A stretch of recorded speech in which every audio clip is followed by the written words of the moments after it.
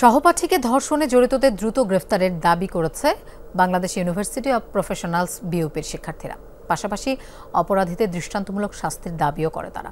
এসব দাবিতে বিক্ষোভ মিছিল এবং মিরপুর 10 গোলচত্বর অবরোধ করেন শিক্ষার্থীরা।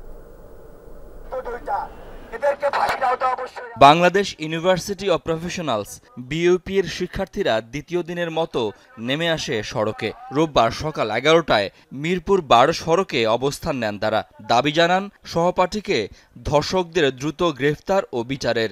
বলেন, ক্যাম্পাসের ভেতরে বাইরে শিক্ষার্থীদের নিরাপত্তা নিশ্চিত করতে হবে। সাভার রুটে আমাদের বাস লাগবে আর ধর্ষকদের দাবি নিশ্চিত করতে হবে। মেয়েদের নিরাপত্তা নিশ্চিত করতে হবে। এইভাবে ধর্ষিত সমাজে আমরা থাকতে পারবো না। ধর্ষিতার মৃত্যু হয়ে যায়, তারপর একজন ধর্ষকের বিচার হয় না। সে দেশে একটা ধর্ষক তো পার পাবেই। সেক্ষেত্রে আগে আমাদের ধর্ষকের বিচার নিশ্চিত করতে হবে। এখান থেকে বিক্ষোভ মিছিল বের করেন শিক্ষার্থীরা। হাজারো শিক্ষার্থীর মিছিলে ছিল ন্যায় বিচারের স্লোগান। We need justice.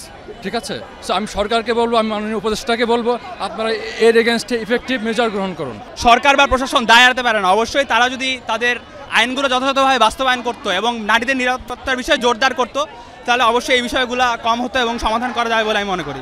বর্তমান পরিস্থিতিতে যে যা হচ্ছে ওগুলোর এগেনস্টে তো কোনো কিছু নাও হচ্ছে না, এটাই আমাদের সমস্যা। মিরপুর 12 নম্বর বাস স্ট্যান্ড থেকে মিছিল যায় মিরপুর 10 নম্বর গোল চত্বরে। সেখানে তাদের অবস্থানের কারণে রাস্তার একপাশে প্রায় আধা ঘন্টা যান চলাচল বন্ধ থাকে।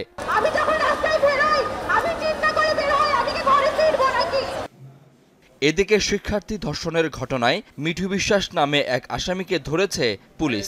শনিবার রাতে রাজধানীর তেজগাঁও এলাকার তেজকনি পাড়া থেকে মামলার এই 3 নম্বর আসামিকে গ্রেফতার করা হয়। বিভিন্ন জায়গায় সাঁড়াশি অভিযান পরিচালনা করেছি এবং অভিযান পরিচালনা করে আমরা এই ঘটনায় জড়িত অন্যতম আসামি মিঠু বিশ্বাসকে আমরা গ্রেফতার করতে সক্ষম হই। গত 14 অক্টোবর সন্ধ্যায় সাভারের বিরুলিয়ায় বিশ্ববিদ্যালয় শিক্ষার্থী ধর্ষণের ঘটনায় 3 জনের নাম উল্লেখ করে মামলা দায়ের করা হয়। শাকিল হাসান, যমুনা নিউজ, ঢাকা।